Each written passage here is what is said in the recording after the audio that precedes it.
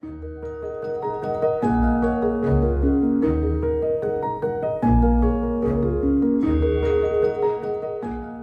entrepreneur, c'est être confronté au sentiment de solitude. Est-ce un frein, une liberté, une angoisse ou un challenge ? Tout seul. Toute seule. Tout seul, oui. Toute seule. Tout seul. Toute seule. Toute seule. Avec Tout seul, un des podcasts d'Orange pour les pros, nous rencontrons partout en France des entrepreneurs qui vous partagent leur expérience, leur histoire.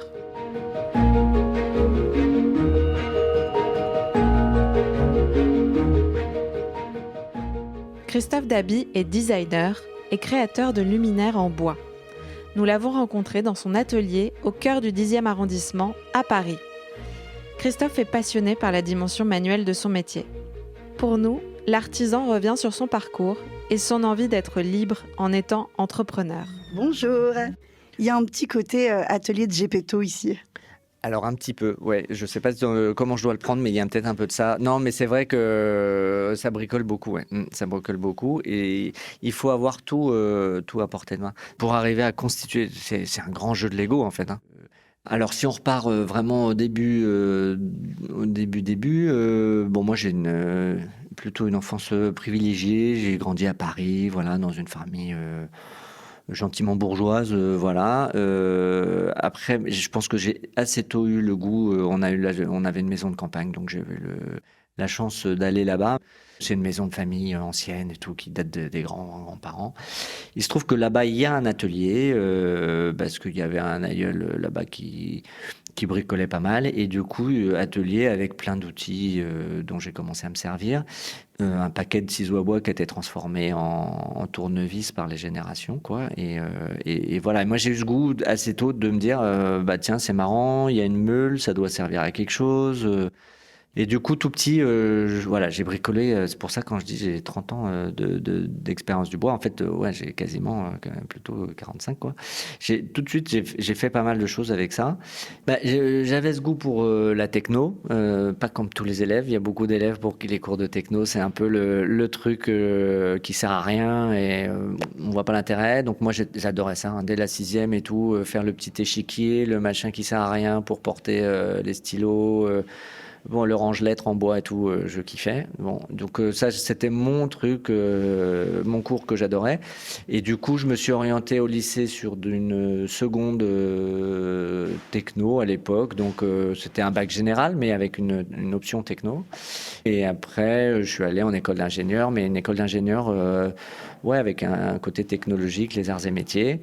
Voilà, je me suis laissé porter là-dedans. J'ai trouvé une boîte qui me plaisait bien, et donc j'ai bossé dans le conseil pendant une dizaine d'années en changeant, je crois, 2-3 fois d'entreprise pour à chaque fois chercher un truc un peu plus pointu. Et c'est des années, je regrette pas du tout. J'ai pris plaisir à ça.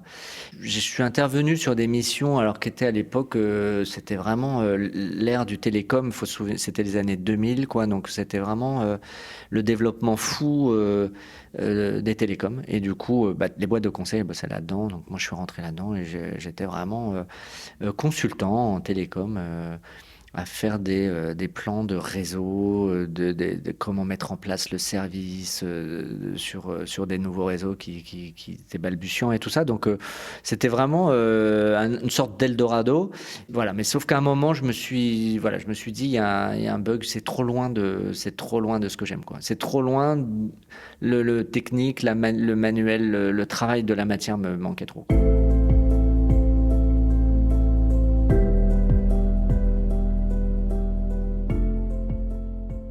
Je le faisais en hobby pendant toutes ces années-là. Et c'est là où j'ai fabriqué à peu près tout chez moi, quoi. Mais ça atteignait ses limites parce que je me rendais compte que j'étais en décalage avec mes collègues qui s'éclataient là-dedans et qui voulaient faire carrière là-dedans. Et à un moment, moi, je me suis dit, en fait, non, enfin, il y a un truc, ça va pas, quoi. Je veux pas passer encore 20 ans à faire du conseil. Ça m'excitait. Voilà, ça m'excitait plus trop. Je voyais plus le truc. Je sais pas si j'étais en burn-out ou pas, enfin je l'ai pas formulé comme ça, mais en tout cas avec en plus des enfants en bas âge qui arrivaient, tout ça, et je me suis dit moi j'ai pas, enfin voilà, je voulais pas ne pas voir grandir mes enfants. Et voilà, donc je me suis dit, il faut que je change de rythme, il faut que je... Voilà, et d'un point de vue perso, c'était possible aussi à ce moment-là. C'est parce que c'est une décision, évidemment, qui ne se prend pas tout seul. Donc voilà, je me suis dit, je vais tracer ma route. Et c'est un peu le saut dans l'inconnu à ce moment-là. On a une situation, on a une reconnaissance, on a tout ça, et on se lance dans un truc très hasardeux, quoi. Me débrouillais, mais en fait, il y a quand même un gap entre un bon bricoleur et un professionnel, hein. Donc là-dessus, il faut pas se tromper. Et du coup, je me suis très vite rendu compte que aussi bien dans la mise en œuvre, dans la transformation, dans l'exigence des clients, par rapport à un travail fourni par un professionnel, c'est pas possible que ce soit le niveau bricoleur plus quoi. Il faut que ce soit vraiment impeccable. Et du coup, je me suis reformé auprès d'un ébéniste, voilà, pendant un peu en façon cours du soir, quoi. Mais du coup, pendant 2 ans, j'avais des rendez-vous hebdomadaires avec cet ébéniste, et qui m'a donné toutes les clés, voilà, pour passer vraiment le gap, le stade de pro. Ça a été super intéressant comme relation, mais c'était pas une formation académique type CAP, etc., comme font beaucoup, parce que moi je voulais dans le dur, en fait. J'avais déjà des premiers clients, je faisais mes premiers projets, etc., et je me formais en parallèle. Il faut que je mette les petites bandes de LED, etc. Ouais. D'accord. Du coup, là, tu les positionnes. Il faut que tu regardes la longueur. Je me souviens plus exactement de combien il en faut. Tu fais ton test. Ouais. Et puis, tu te coupes les bandes à la pince, hein, à la pince coupante, tout simplement. Okay. Tu positionnes. Je vais te montrer ça. Ouais. Et vous, là, Christophe, vous êtes en train de parler, mais vous êtes aussi, vous, les mains dans le cambouis, dans cet atelier, vous y passez du temps ? Jamais, mais je ne suis jamais les mains dans le cambouis. Si. Alors là, c'est un peu particulier parce que c'est la période, avec les stagiaires, c'est plus compliqué parce que du coup, c'est vrai que je passe beaucoup de temps pour qu'eux fassent le maximum. Donc c'est une sorte de schizophrénie, mais c'est vrai que du coup je fais moins et je passe pas mal de temps à leur montrer ou à leur dire comment faire pour qu'eux le fassent. Peut-être que j'irai plus vite à le faire moi-même, mais et ça, j'aurai peut-être moins d'erreurs, mais ça fait partie du jeu. Mais sinon, oui, quand on est moins nombreux, évidemment, les pièces, il faut quand même en sortir un petit peu. Donc voilà. Maxence, il est en apprentissage cette année, donc il n'est pas non plus toujours là. Donc évidemment, oui, je passe pas mal de temps à l'atelier. J'ai surtout passé du temps à l'atelier au début quand j'étais tout seul. Voilà. Parce qu'effectivement, pendant 3-4 ans, j'ai quand même passé des années où j'étais vraiment seul à l'atelier, à mettre au point les modèles, les premières créations et tout ça.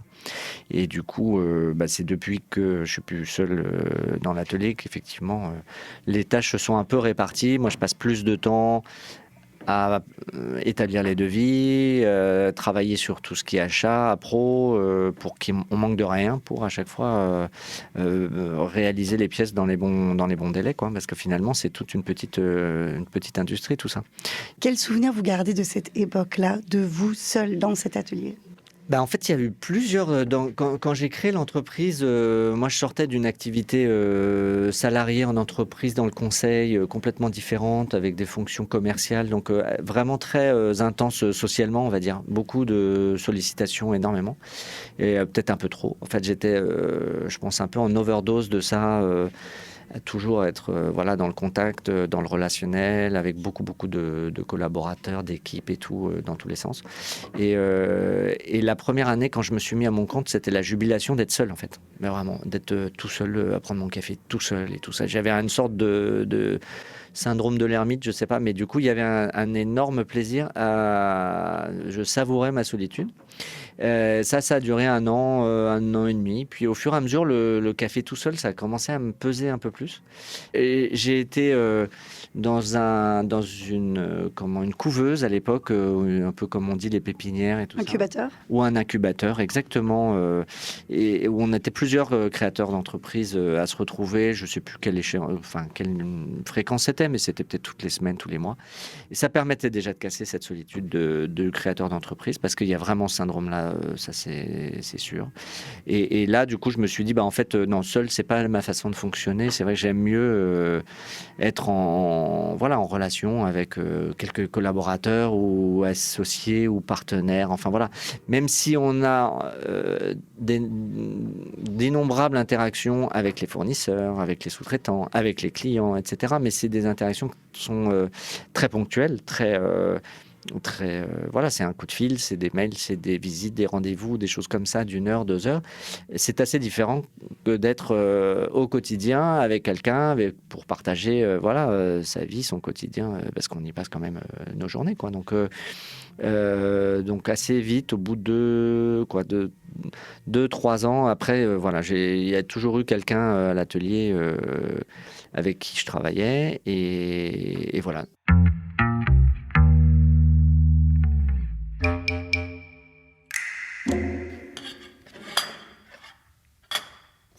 Donc je coupe ici. Donc regarde Maya. Oui. Régulièrement ici, tu as des traits. À chaque fois qu'il y a un trait avec les 2 soudures, c'est là où on peut couper. Ah, okay. Donc tu passes la pince coupante pile au milieu comme ça. Elle vient se caler entre les 2 LED. Oui. Donc il n'y a quasiment rien à se positionner, et clac, on coupe. Donc là, on est vraiment bien. Et on va pouvoir se ressouder sur les 2 petites pattes à chaque fois.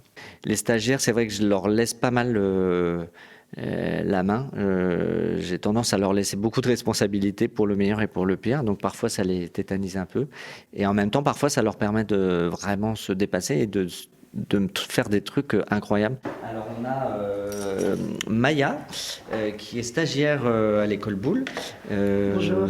On va laisser Maya se présenter peut-être. Bonjour, donc je suis en 2e année à l'école Boulle en DNMA design d'objets et parcours patrimoine et spécialisé dans la marqueterie.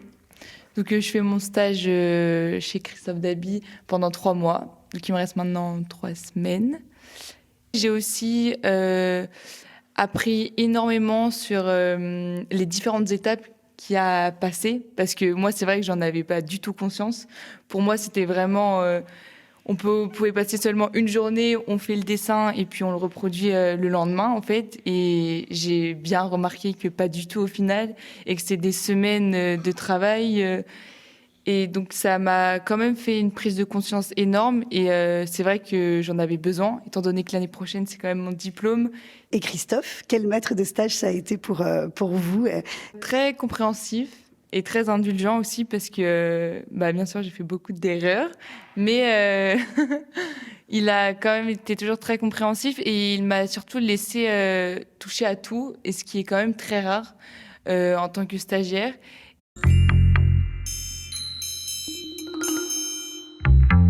Je pense qu'aujourd'hui, j'aurais du mal à retourner dans ce monde d'entreprise, même si j'avais du plaisir à être avec les collègues et tout ça. Mais je pense que là, non, je savoure plutôt le côté d'être à son compte et d'être libre de disposer un peu de comment je m'organise.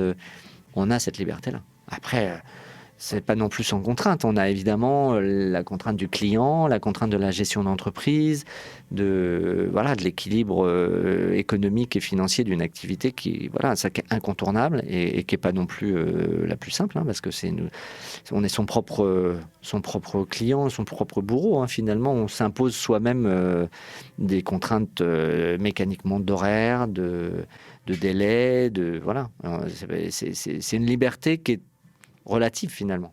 Et en tout cas, ce qui est clair, c'est que si on n'a pas un engagement très fort dans l'entreprise, l'entreprise elle tient pas le coup, quoi. Il faut naturellement avoir cette fougue et cette énergie quotidienne de se dire allez, on va de l'avant, etc. Parce qu'il y a des jours où on se dit non mais c'est bon, quoi, c'est trop, c'est beaucoup de choses à gérer en fait.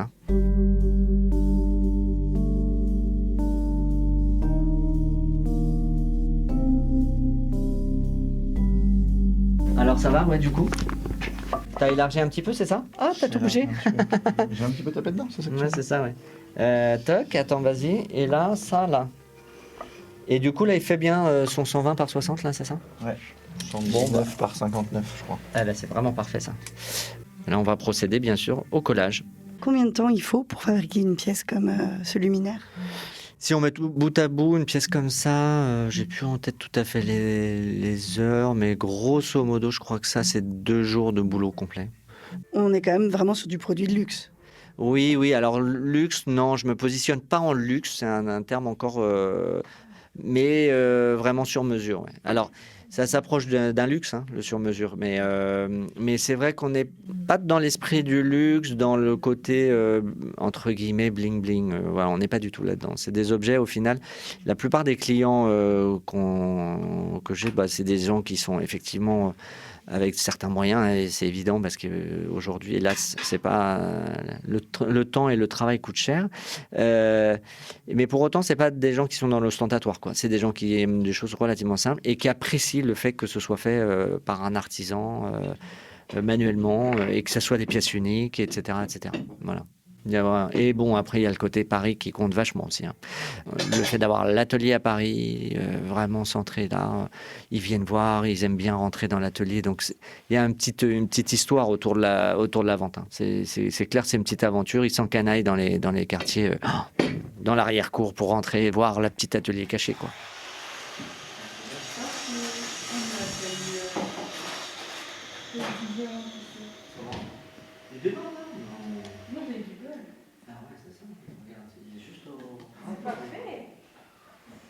Et donc ici, on est entouré de bois, Oui, parce que le bois, c'est votre matière première principale. Exactement. Mais là, le bois, c'est vraiment notre matière. Ouais. Et, c'est la matière de prédilection. Moi, ça fait du coup, ça fait 30 ans que je travaille le bois. Et du coup, c'est une matière qui est intéressante, qui est belle, j'aime bien l'arbre, le bois depuis tout petit, quoi, en fait. Dès l'arbre qui pousse à la façon dont on le transforme, dont il s'apprivoise, parce que voilà, si on sait pas, si on connaît mal ses propriétés, on peut pas le travailler correctement. Donc c'est un matériau qui est très intéressant, je trouve. Et honnêtement, quand les forêts sont bien gérées, il n'y a pas de souci par rapport à ça. Enfin, couper des arbres, couper des bois pour entretenir une forêt, c'est sain. Donc pour moi, ça a une énorme valeur. Chaque morceau de bois, j'y vois les centaines d'années ou les dizaines d'années qui ont nécessité le fait qu'il soit là entre mes mains, quoi.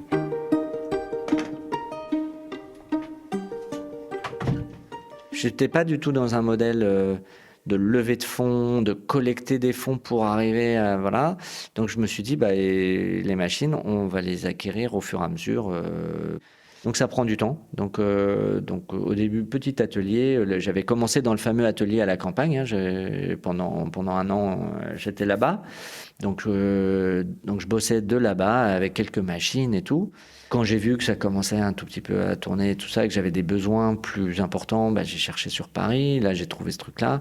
Donc ça a été tout un travail d'aménager aussi à chaque fois. Hein. Aménager un local, c'est quand même une aventure quand on est tout seul. Donc ça m'a pris beaucoup d'énergie, de temps. Acquérir de nouvelles machines, faire de nouveaux projets, qui finance de nouvelles machines, qui machin, etc. Moi, j'étais dans un modèle où je voulais pas trop de croissance, en fait. C'est pas du tout à la mode, mais enfin, si, remarque, ça revient à la mode. Mais j'étais dans une logique d'entreprise. Ma fierté, c'est qu'elle soit pas trop grosse, quoi. De rester sur un truc où on se dit, voilà, on est 1, 2, 3, mais je visais pas d'arriver à 15, 30 ou 50 personnes pour faire un gros business et tout. C'était vraiment pas mon plan. Et c'est dur, en fait. C'est pas du tout logique de rester petit. Alors, tout seul, oui, mais moi, ça m'allait pas.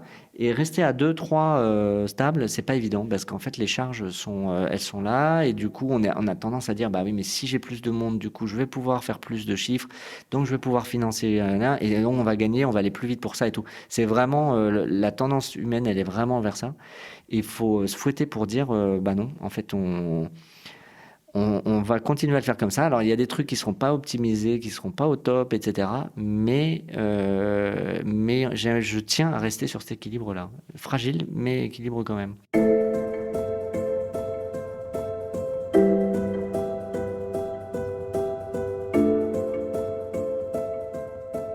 Alors ici, on est dans le showroom de l'atelier.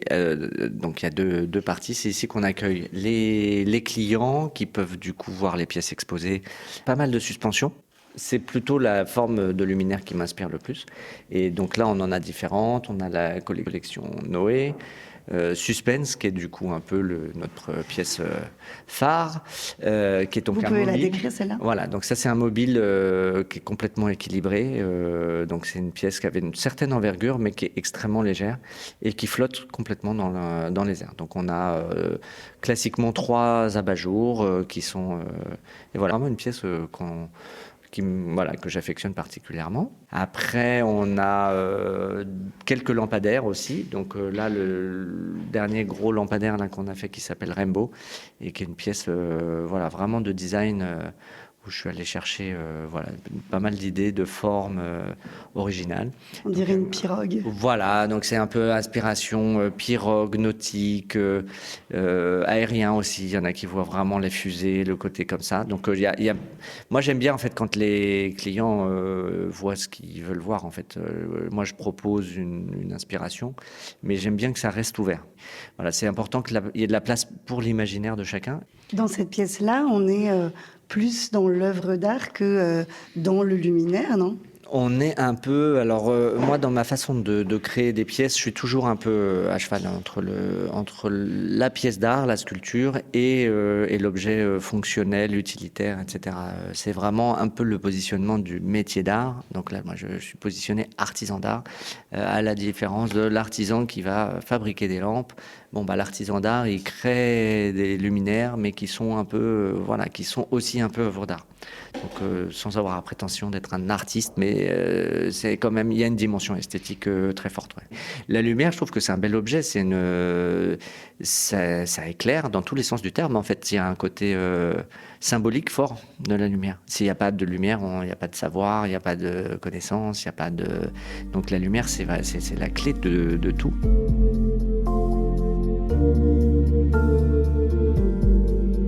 Se faire une place dans la création de luminaires, c'est pas du tout instantané, quoi. Et c'est long, c'est un long chemin. Il faut des modèles, il faut de la fiabilité, il faut être un peu connu, Voilà, donc ça m'a pris 4-5 ans pour arriver à me faire une petite place. Avant de participer aux premiers salons commerciaux, pour rencontrer mes clients architectes et décorateurs et tout ça, il a fallu du temps, ouais. Et maintenant, ça tourne parce qu'il y a cette clientèle récurrente. Et voilà, mais je fais toujours les salons pour découvrir de nouveaux clients. Donc, c'est un jeu permanent, ouais. Et après, il y a toute la com. On est obligé, quand tu es une petite boîte, de communiquer, d'avoir un site internet, de faire son Instagram et tout. Sinon, vous n'existez pas du tout. Donc, il faut se donner du mal pour ça.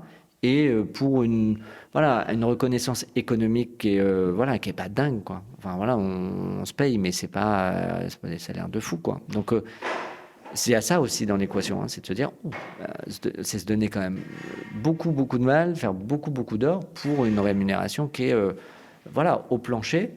Mais bon, c'est une liberté. J'ai mes clients, j'ai ma vie. Si un jour je veux pas venir, je viens pas. Enfin voilà, il y a quand même cette possibilité.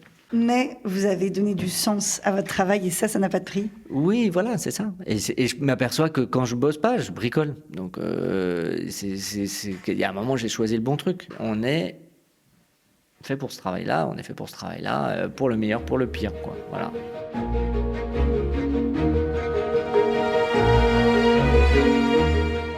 Bonne continuation à Christophe Dabi. Merci d'avoir écouté Tout Seul, un podcast d'Orange pour les pros.